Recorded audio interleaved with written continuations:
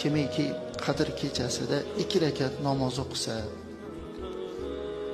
har bir rakatida Fotiha, ya'ni Alhamdu surasini o'qisa va unga zamsura qilib Ixlos surasini 7 marotaba o'qisa, salom bergandan keyin astag'firulloh va atubu ilayh deb 70 marotaba aytadigan bo'lsa, fala yaqumu, turmaydi o'rnidan, hatto Alloh taolo uni va uni ota-onasini gunohini kechirib olmaguncha.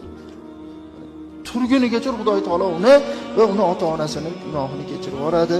Va yab'asullohu ta'ala malaikata, va Alloh taolo jo'natadi jannatga farishtalarni, buyurar ekan, ular u uchun daraxtlarni ekinglar va qasrlar bino qilinglar va daryolarni oqizib qo'yinglar.